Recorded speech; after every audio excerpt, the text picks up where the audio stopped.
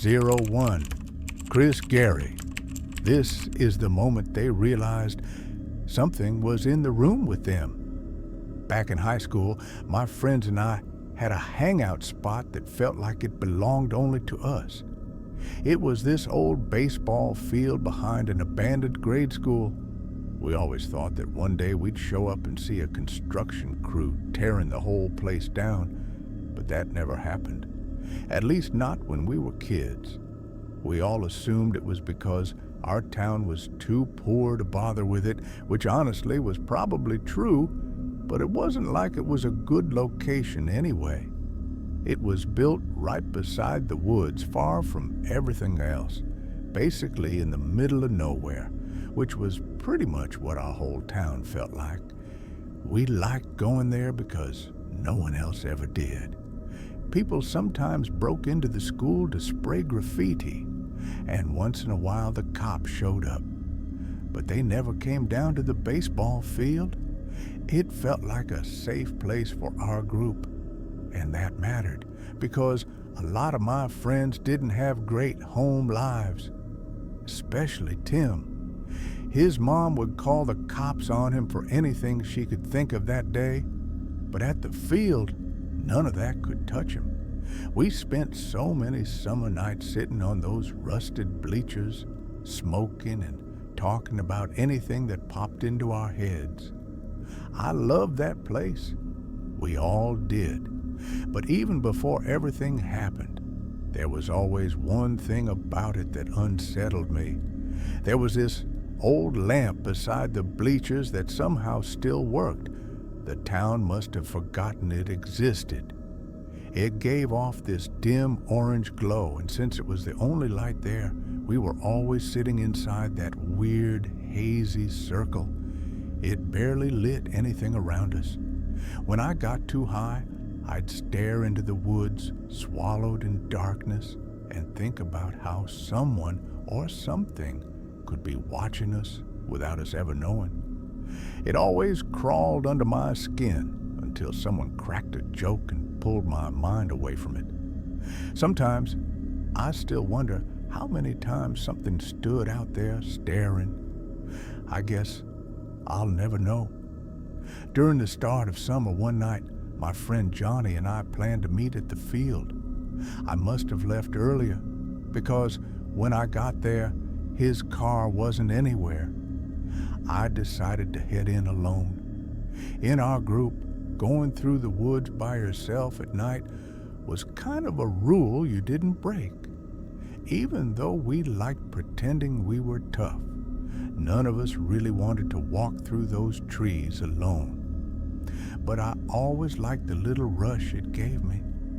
I walked past the school and through the woods until I reached the field. I waited maybe 10 minutes, and when Johnny still wasn't there, I lit up a smoke. Another 30 minutes passed and nothing. By then, the thrill had completely died. I started walking back to my car and ended up jogging because the dark felt too heavy. I texted him a few times, but he didn't answer. I sat in my car another 10 minutes, then finally drove home. When I woke up the next day, he still hadn't texted back. I was annoyed, but didn't think much of it until later, when my mom asked if I'd seen Johnny. I contacted all our friends, but they knew the same amount as I did. The last time anyone had seen him was at the field 2 nights before. One day passed, then another, and soon the whole town knew. Search parties went everywhere. My friends and I joined a few, but we didn't find anything. No one did. His body was never recovered. I kept trying to convince myself he had just run away. He always talked about wanting to travel the world and how trapped our town made him feel. But deep down, I knew he wouldn't leave us like that. He would have left at least a note, probably on the bleachers, where only we would have found it. About a month later, I went back to the field by myself. I was so frustrated with life that I didn't care if something in the woods attacked me. But as soon as I reached the end of the path, I froze. There were people sitting on the bleachers. For a moment, I thought it was my friends, since we'd never seen anyone else there before, but they weren't. I had never seen these people in my life. 3 of them sat perfectly still, like they were carved out of stone, but they weren't the ones that bothered me. There was another one. He was dancing and skipping around the bleachers, moving like he was overly happy for no reason. It wasn't normal happiness. It was the kind that made your stomach twist. At first, I thought he was probably on something. Now I'm convinced he was just disturbed. The worst part was that he looked familiar. I couldn't place him, like when you see a blurry face in a dream. You know you've seen it before, but you can't remember where. The whole scene was too strange. I quietly turned and tried to leave without drawing attention. They didn't follow. At least, I don't think they did. I got to my car and wanted to speed away immediately, but something made me circle around the school parking lot instead. In the back corner, I saw a car. I recognized the model. It was the same one Johnny drove, but right as I spotted it, its headlights turned on. I panicked, reversed fast, and drove off. As summer went on, those people stayed stuck in my mind. I told my friends, and they agreed it was weird, but didn't think too hard about it. I stopped going to the field completely. One late July afternoon, I was missing Johnny a lot, so I grabbed the school yearbook to feel close to him again. That's when I saw him.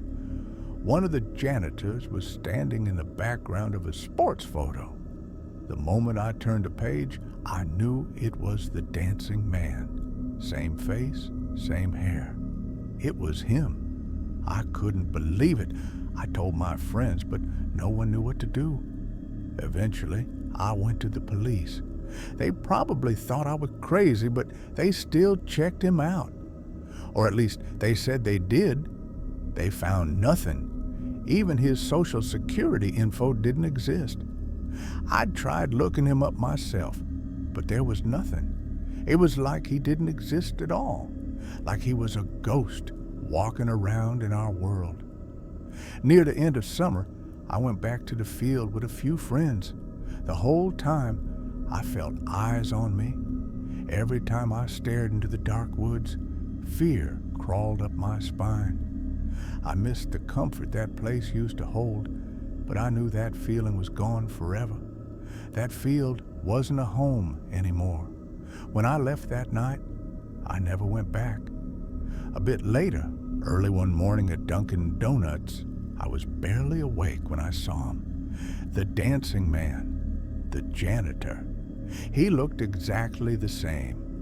At first, I thought my tired brain was messing with me, but the longer I stared, the more certain I became. Then he noticed me and smiled. He rushed out of the shop and I followed, but one of his friends was waiting in a car by the exit. He jumped in and they sped off before I could reach them. But what I saw next made my blood run cold. The license plate on their car was Johnny's.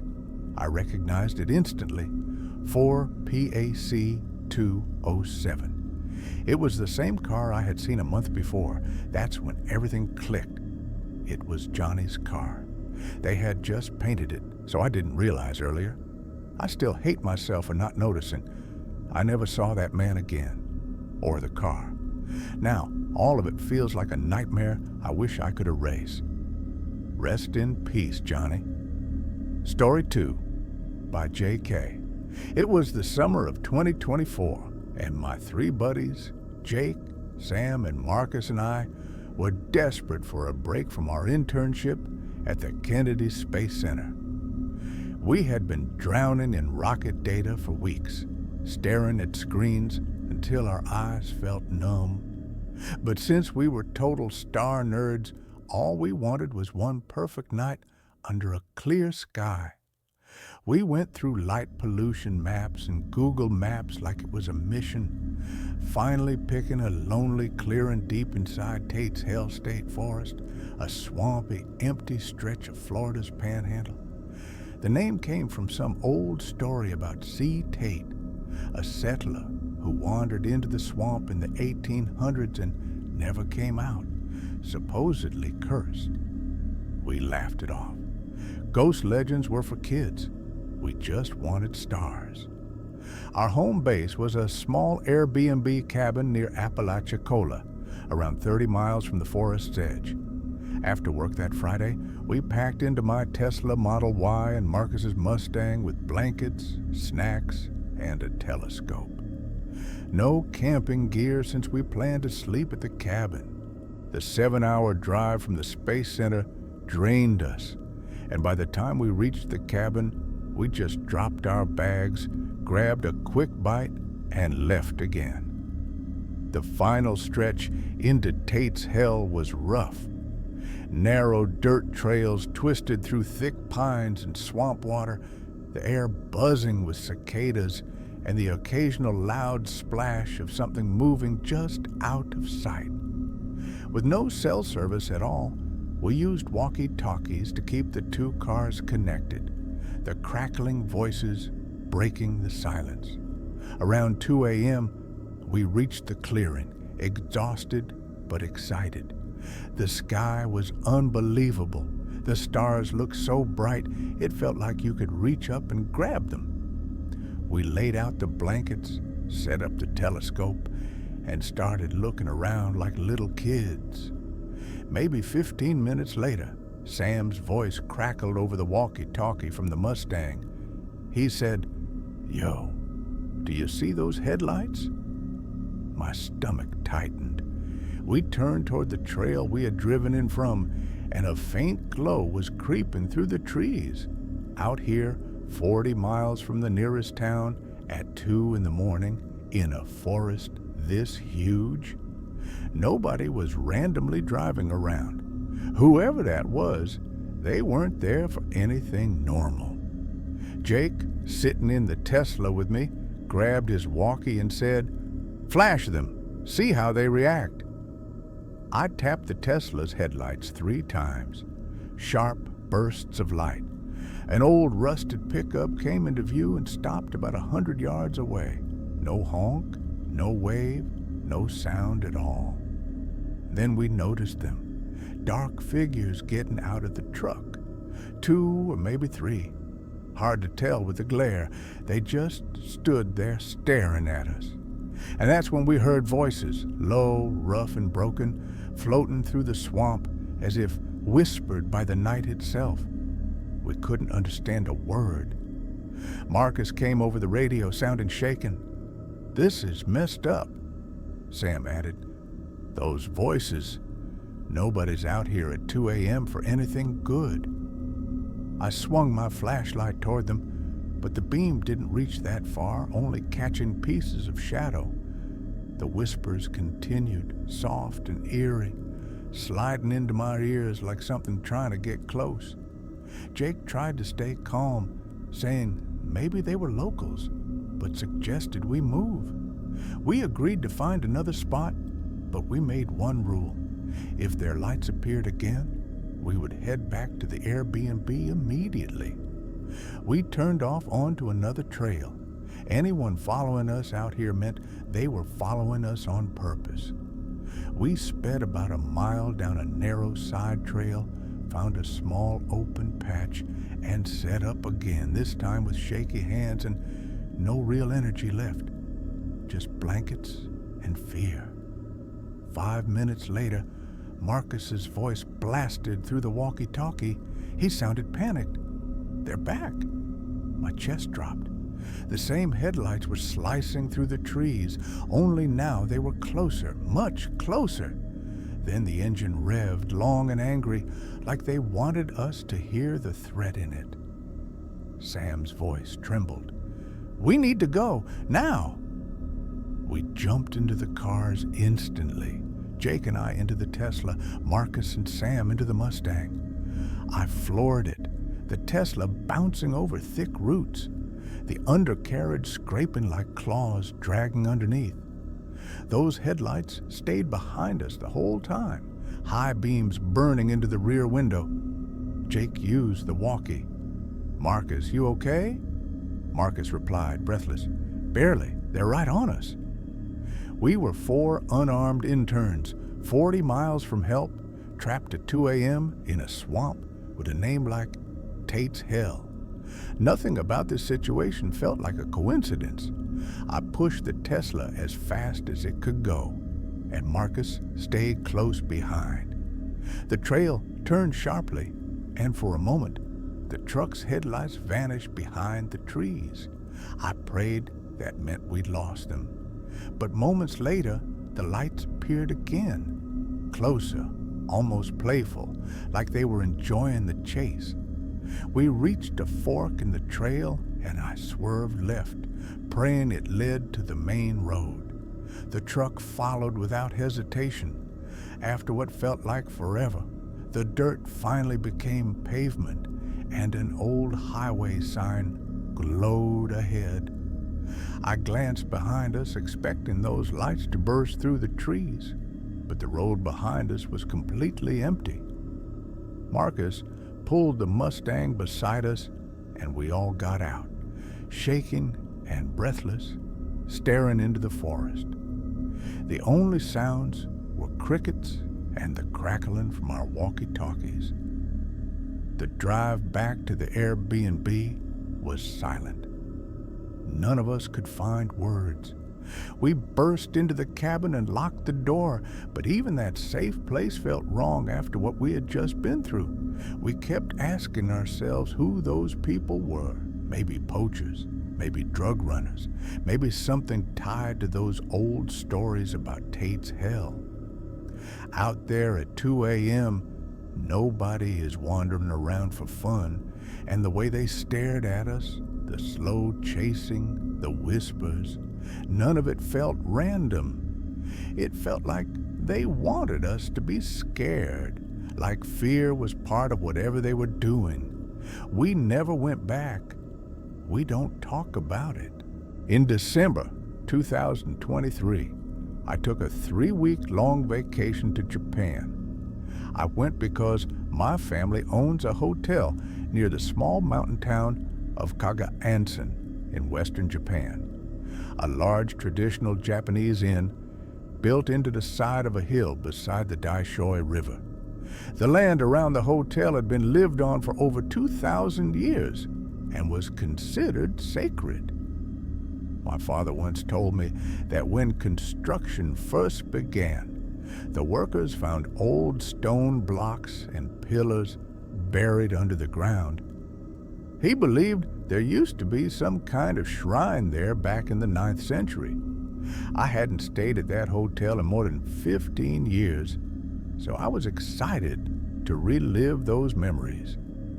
And because I've always loved exploring, I remembered what he told me and decided I would try to do some off-trail hiking in the forest below the hotel, hoping to find traces of those ancient ruins. When I reached the nearby city of Kanazawa, I picked up a rental car from the station and drove toward the hotel. Snow was falling thickly and traffic was awful. What should have been a 1-hour drive turned into a 2-hour crawl through the storm. I reached the hotel around 8 p.m. and let myself inside. In winter, the place was basically empty since tourists rarely visited that area in December. There weren't any staff around either. I realized I was the only person in the entire building, and the feeling of being alone in such a large hotel surrounded by mountains and snow was strangely unreal. I took one of the room keys from behind the counter, unlocked a suite, and slept for the night. The next morning, I went into the forest below the hotel. The snow was deep enough to swallow my ankles, and walking downhill through uneven, frozen ground was exhausting. After wandering far into the woods, I eventually realized I had completely lost my sense of direction. My phone showed no signal at all. I had been walking for about an hour without knowing where I was going. All around me were endless trees, and right ahead was a steep hill. I thought climbing it might give me a better view, maybe even let me spot a road or a roof somewhere. The climb was extremely difficult. The hill was steep, rocky, and slippery. But off to the left, through the dead branches, I noticed what looked like the remains of a path. I carefully made my way toward it. It was a narrow dirt trail, partly covered by snow and blocked by fallen branches, but it clearly led up toward the summit. I followed it until it suddenly ended, just vanished. As I looked around, I spotted a small cavity higher up the hillside, half hidden under thick vegetation, maybe 5 meters away.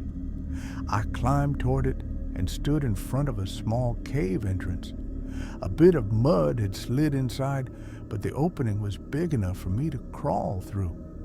I had a small flashlight, so I pointed it inside. I saw a small alcove right ahead and another narrow opening on the left. The moment I stepped into the cave, a strange smell hit me. It reminded me of the scent you smell near animals at the zoo. Thick, musky, unpleasant. The alcove was empty except for a long rectangular stone block sitting in the center. When I moved deeper into the cave, I found myself inside a bigger stone chamber. 2 more tunnels stretched out from it, but I didn't go near them. Against the far wall was another rectangular stone block, but this one was hollow. I walked closer, and to my shock, there were human bones lying inside. Surrounding the bones was a long piece of steel and several old bronze coins, the kind with the square hole in the middle. I just stared, frozen, overwhelmed by disbelief and fear. Without thinking, I picked up one of the coins. I still don't know why. It was old and rusty, but its markings were still visible. Before I could examine it, a loud crash echoed from deep within one of the side tunnels. I instantly raised my flashlight, the beam shaking in my hand. The animal's smell grew stronger, almost suffocating. Something primal in me panicked, and for some reason, I grabbed the long steel piece lying with the bones. It felt like the remains of an old blade. Holding it out in front of me, I slowly backed toward the entrance. The smell had changed. It now carried a faint scent of smoke beneath the heavy stench. And then I heard it, a steady, rhythmic thumping coming from that dark tunnel, like someone banging on a drum far below. That was the moment I completely broke. I turned and ran, sprinting toward the entrance of the cave. As I burst out into the cold air, I swear I felt the entire cave rumble under my feet, as if something massive was moving inside. I leapt out of the entrance and tumbled down the snowy slope, hitting branches and frozen ground. The blade slipped from my hand, but I didn't dare stop to get it. I just kept running, crashing through dead twigs, slipping, falling, getting back up, and running again. Eventually, I heard the sound of a car passing somewhere in the distance. Following the noise as best as I could, I finally stumbled out of the forest and onto the side of a road. I collapsed in the snow, gasping, relieved and terrified at the same time. I managed to flag down a car.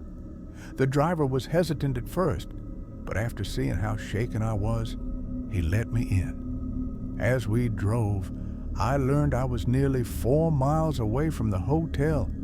When I got back, I rushed to my room, packed everything, and left immediately. I didn't feel safe staying alone in that building anymore. I drove back to Kanazawa and spent the night there. This story has a follow-up, though. When the hotel reopened in February, my father texted me. Someone had broken in through a first-floor window. Nothing was stolen or damaged, except the front door of my room, which had been smashed open with what looked like a heavy metal object. I don't know if it has anything to do with what happened in that cave, but I am definitely not going to be staying at that hotel ever.